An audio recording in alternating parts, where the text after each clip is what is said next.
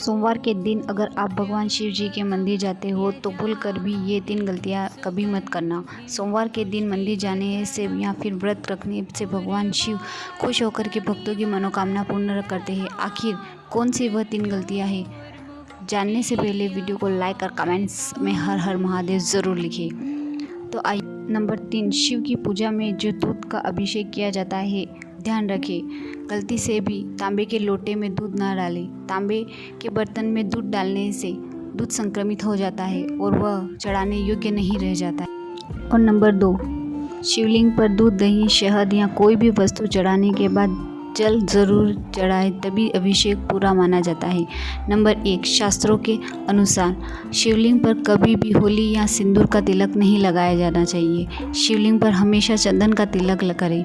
हर हर महादेव। राधे राधे दोस्तों, आज हम इस वीडियो में देखेंगे कि किस प्रकार घर पर हमने शिव जी का पंचाभिषेक किया है।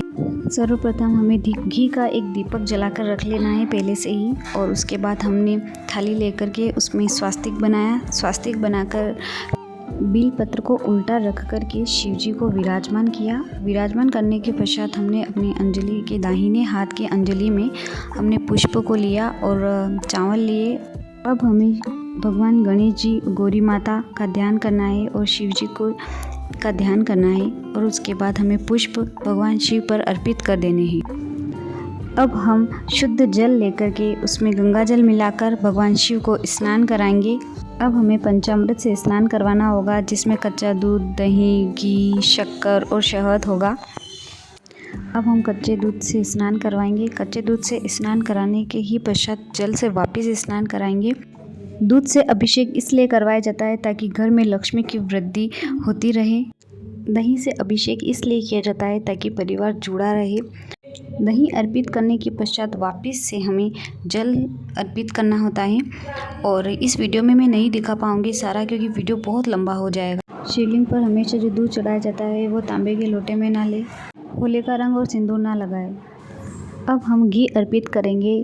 घी अर्पित इसलिए किया जाता है ताकि सारे रोगों का नाश हो सके, और घी अर्पित करने के पश्चात वापस हम जल चढ़ाएंगे। अब हम शहद चढ़ाएंगे। शहद इसलिए चढ़ाया जाता है ताकि परिवार में मिठास बनी रहे और चिड़चिड़ाहट चली जाए। शहद चढ़ाने के पश्चात वापस जल अर्पित करेंगे। और शक्कर इसलिए अर्पित की जाती है ताकि घर में जो लक्ष्मी टिक नहीं पा रही है वो टिकी रहे। अभिषेक के बाद जो जल होता है उसे कहीं फेंकना नहीं है, हमें पौधे में डालना है। और अब हम अलग जगह शिव जी को बिठाएंगे। मैंने 1 महीने पहले ही शिव जी के लिए बेलपत्र का पौधा बोया था, और ताकि इसमें मैं शिव जी को विराजमान कर सकूं। रुद्री हमारे पास नहीं है, इसलिए हम लोटे से अभिषेक कर रहे हैं। पितरों के नाम से तर्पण भी करना होता है, जो अति आवश्यक होता है। अब हम श्रृंगार करेंगे। सबसे पहले हम तिलक करेंगे। श्रृंगार में हमने सफ़ेद, गुलाबी, पीले फूल भी चढ़ाए, और साथ साथ आंकड़े के फूल, बेलपत्र उल्टा चढ़ाया जाता है, और जितना जो कुछ भी चढ़ता है हमने सब चढ़ा दिया था।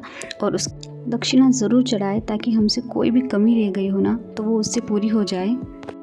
जलाभिषेक, पंचामृत से स्नान कराते समय भी बहुत सारे मंत्रों का उच्चारण करना पड़ता है, लेकिन हमारे भोले बाबा तो भाव के भूखे होते हैं। अगर मंत्र ना भी आए ना तो कोई बात नहीं। पूज्य श्री प्रेमानंद जी महाराज का कहना है कि नमः वाले मंत्रों का उच्चारण हम नहीं कर सकते हैं, इन्हें किसी गुरुदेव के द्वारा ही दिया जा सकता है, तभी कर सकते हैं। इसलिए मैंने एक भी बार नमः वाले मंत्र का उच्चारण नहीं किया। गुरुदेव ने कहा है कि आप सांभ सदाशिव, सांभ सदाशिव, सांभ सदाशिव का उच्चारण कर सकते हैं। घी के दीपक से हमें फिर आरती करनी होती है। ये ज़रूर ध्यान रखें कि हमेशा शिवलिंग का मुख जो होती है, जो जलाधारी होती है ना, वो उत्तर की दिशा में ही होनी चाहिए, और आप जब जल चढ़ाओ तो आपका मुख भी उत्तर की दिशा में ही होना चाहिए। मैंने बेलपत्र के पौधे के गमले में ही विशेष रूप से शिव जी को इसलिए बिठाया है क्योंकि शिव जी को बेलपत्र बहुत ज़्यादा पसंद है। सावन सोमवार की हार्दिक शुभकामनाएं भक्तों। राधे राधे, फिर मिलेंगे।